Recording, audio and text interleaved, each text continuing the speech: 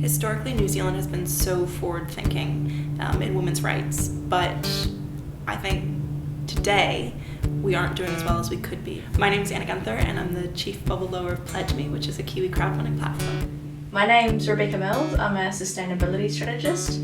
So what that practically means is I work with entrepreneurs and business leaders to create the best outcomes for people, the planet, as well as profit.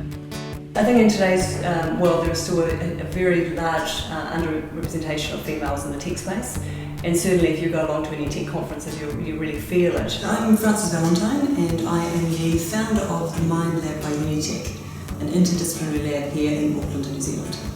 Encouragement needs to start at a young age. If there's a role model there that someone can look up to, and if this role model is a female heroine that girls or women can identify with, then this is encouragement for them to not only just like the story or the heroine, but her journey as well. My name's Maru Nihoniho. I'm the managing director of my games company Meteor Interactive. I'm also the games producer and designer within my business. Well, I think that there is 3 critical ingredients for female entrepreneurs to thrive, and they are good access to networks, good access to role models, and good access to the ability for them to see that they can be all that they want to be. The more of those role models we have who are female, the more we'll see young females becoming entrepreneurs themselves, and perhaps not going into traditional higher education, but saying actually I'll take a risk and I'll start a business and do some good. All of our large campaigns have been run by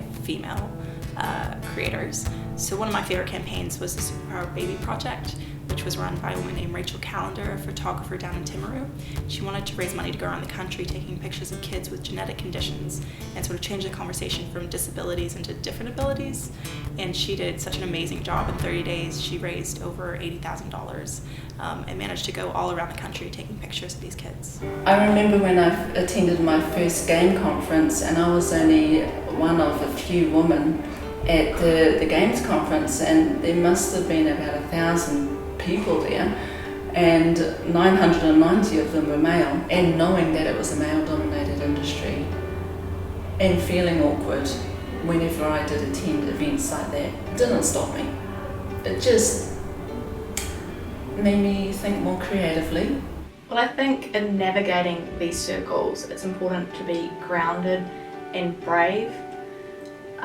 And you need to be both of those things if you're going to be truly present and engage in the conversations and give the most value. We all make contributions to our world. We all have the same capacity to get up in the morning and make a difference. And I always find it is the neighbour next door, or it's the person down the road, or the kid who does something remarkable in their school who really inspire me. And actually sometimes those are the people who keep me really focused, because I realise that sometimes people who've got extraordinary things working against them actually just step up and actually make a difference themselves. I think the one thing that New Zealand could do to get more women into entrepreneurship would be to promote more examples of women rocking out in the space, so there's more role models that we can try to be like, because I think in order to be something you have to be able to see it first. I think there's one very simple thing that New Zealand could do in the next few years to encourage more women to go into entrepreneurship, and that's to tell the stories of the women who have already done this and who are leading successful lives in a holistic sense. It's really important for females to find other like-minded females who actually will support their ideas. And these don't necessarily have to be people who understand what someone does, but actually having that person who you can go to and say,